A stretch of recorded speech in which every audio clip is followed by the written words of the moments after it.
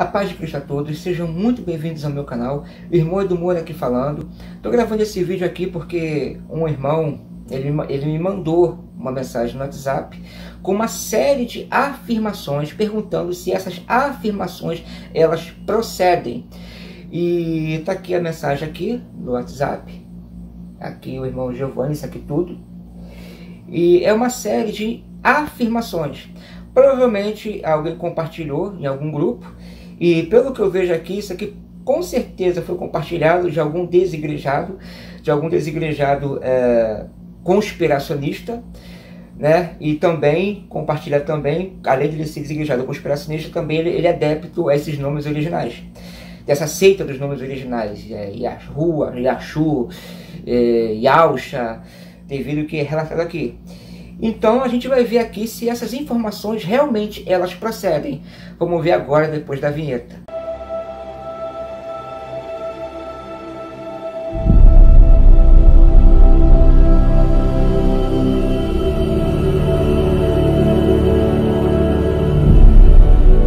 Então, irmãos, o irmão Giovanni me mandou uma mensagem aqui no WhatsApp perguntando se essas informações procedem, né? E na primeira afirmação diz assim: em 325, no Concílio de Nicéia, Constantino o Grande criou a Igreja Católica após um genocídio de 45 mil cristãos, onde os torturou para renunciar à reencarnação. Então, irmãos, não existe nenhum documento histórico que diz que Constantino tenha criado alguma coisa, que Constantino criou alguma igreja. O termo Igreja Católica aparece pela primeira vez em Inácio de Antioquia, em 107 d.C., quando ele escreve uma epístola aos esmirniotas. Então, é a primeira vez que é usado o termo Igreja Católica, em 107 d.C. Constantino nem era nascido quando o termo Igreja Católica foi usado. A igreja ela se tornou instituição católica romana quando Teodósio I, em 381, no Concílio de Constantinopla, ele declara o cristianismo a religião oficial do Império Romano. Então a igreja católica ela passa a ser Igreja Católica Apostólica e Romana. Constantino ele não criou nada, isso não procede. A próxima afirmativa diz assim: ao mesmo tempo, os livros religiosos de todas as aldeias do Império são coletados e assim criam a Bíblia. Não, as escrituras da Bíblia ela já existia, de tanto que no século I, Clemente Romano, o bispo de Roma, Clemente Romano, ele escreve uma epístola à igreja de Corinto. E nessa epístola ele faz uma abordagem, ele faz inúmeras citações de Paulo, ele faz inúmeras citações dos evangelhos. Tertuliano, no século II, ele diz que é aceito, na sua obra Contra Marcião, ele diz que é aceito 4 evangelhos na igreja. O mesmo diz também Ireneu de Leão, no século II. Ou seja, antes de Constantino já havia as escrituras. Todavia, a Bíblia criada impressa, ela foi impressa pela primeira vez em 1450 em Gutenberg. Então, mais uma vez, essa informação não procede. Ele também diz aqui que em 327, Constantino, conhecido como o Imperador de Roma, ordenou Jerônimo que traduzisse a Bíblia da Vulgata para o latim. Da Vulgata para o latim, olha o erro. A Vulgata já é o latim, né? Olha o tamanho da burrice. Mas enfim, vamos continuar. Mudando os nomes próprios do hebraico e adulterando as escrituras. Bom, quando Jerônimo traduziu a Bíblia, traduziu as escrituras do grego e hebraico para o latim, Constantino já estava morto, já havia décadas de morto. Quem pediu para Jerônimo traduzir as escrituras do hebraico e grego para o latim foi o Papa Damásio I. Constantino não tem nada a ver com isso. O que Constantino pediu, ele fez uma petição que houvesse, ele pediu 50 cópias das escrituras para distribuir em Constantinopla. Ele não pediu traduções, ele pediu cópias. E quando Jerônimo traduziu o grego e o hebraico para o latim, Constantino já estava morto. Essa petição foi feita pelo Papa Damásio I. Constantino não tem nada a ver com isso. E outra coisa, Jerônimo, ele não adulterou os nomes. O que ele fez foi um processo de transliteração. O que é uma transliteração? É quando há correspondências de vocábulos. Como, por exemplo, Jesus, no nosso idioma, nós falamos Jesus. Mas nos primeiros papiros do grego está escrito Jesus. O que Jerônimo fez foi uma transliteração. Ele escreveu, em vez de botar Jesus do grego, ele colocou Iesu. Então isso é uma transliteração, uma correspondência de vocábulos. Só que os camaradas não conhecem nem a própria gramática, quer falar de adulteração de grego e hebraico. Mas tudo bem, continuando. Na próxima afirmativa ele diz que em 594 o purgatório foi inventado. Em partes ele está certo. Só que o purgatório ele se deu início, ele teve a origem no século III, no início do século III, especificamente em 203 depois de Cristo, quando Perpétua e Felicidade elas iam para o martírio, elas estavam presas. E elas iam ser martirizadas elas iam ser martirizadas na perseguição de Sétimo Severo. Então, se não me falha a memória, acho que foi Perpétua, ela teve um sonho, e nesse sonho, um dia antes dela ser martirizada, ela teve um sonho do irmão dela já falecido. Ele era tirado do lugar de tormento e levado para um lugar de paz. Então isso deu origem ao purgatório, até que Gregório o Grande ele usa pela primeira vez o termo, ele emprega pela primeira vez o termo purgatório em 593, em 594, ele usa a expressão pela primeira vez em 594. E foi oficializado como dogma no Concílio de Leão, no século XIII. Então, em partes, ele está certo. Alguns católicos, após o século III, alguns católicos usam os textos de forma isolada da patrística dos pais da igreja para tentar formular que o purgatório ele veio antes de Perpétua Felicidade. Todavia, quando os pais da igreja usam a expressão fogo purificador, eles não usam no sentido que é usado o purgatório, mas eles usam os textos dos pais da igreja de uma forma deturpada. Alguns católicos eles fazem isso. Vamos lá, próxima afirmativa. Em 610 foi inventado o título Papa, totalmente falso.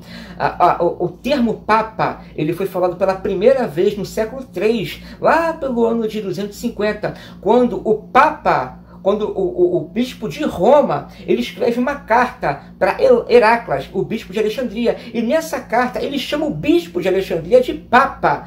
Então esse termo ele não é uma invenção do século VII, em 610, ele já foi usado muito antes. Os bispos de Roma foram chamados de Papa pela primeira vez no século IV. Todavia não era um título de poder, era mais uma expressão de carinho, como se eu chamasse alguém de pai na fé. Até que o bispo de Roma foi tido como primaz da igreja em 445, quando Valentiniano III ele declara o bispo de Roma o primaz da igreja, e o Papa Gregório, no século XI, ele diz que o título Papa deve ser usado apenas aos bispos de Roma. Então essa informação não procede. Em 788 é imposta a adoração de divindades pagãs. Ele quase acerta. Em 787, no segundo concílio de Nicéia, é declarado a veneração de imagens. Todavia, já havia veneração de imagens na igreja primitiva, todavia, era apenas os hereges que veneravam imagens. Ireneu de Leão, na sua obra Contra as Heresias, se não me falha a memória, acho que no livro 3, ele vai dizer que os gnósticos eles tinham imagens de pinturas e faziam de Jesus. Então ele dizia que eles veneravam essas imagens como os pagãos. Então esse costume de venerar imagens não era da igreja, era dos hereges. E também no concílio de Elvira, eu esqueci qual cânone, acho que é 30º, o cânone 30 ou 31 por aí, é declarado que não deve haver imagens na igreja para que elas não sejam objetos de culto. E isso no início do século IV, lá pelo ano 302, 303. Então isso é oficializado no segundo Concílio de Nicéia em 777. Vamos lá. Em 1079, o celibato de padres é imposto. Uma palavra totalmente católica. O celibato, ele não é uma palavra especificamente católica. O celibato é apenas, quem faz um voto de celibato não é só católico. Às vezes uma pessoa que se frustrou em algum relacionamento, ela não quer mais ter relações, ela não quer mais se envolver com mais ninguém, então ela faz um voto de celibato, ela simplesmente não quer mais ter relação com ninguém. Até um ateu faz isso, faz voto de celibato, quando ele não quer mais se relacionar com ninguém. E o voto e a ordenança do celibato não surgiu, como ele diz aqui, em 1079. No Concílio de Elvira, no 33º cânone, lá já proíbe os clérigos de casarem. Então isso veio muito antes disso. Ele diz aqui, em 1090 o rosário é imposto. Não, no século VIII já é imposto o rosário. Em 1184 a Inquisição é perpetrada. Ele escreveu isso mesmo, perpetrada. Só que a Inquisição ela se dá início no século XIII. Era um juízo, né, que faziam com feiticeiros, onde feiticeiros hereges eles iam para juízo.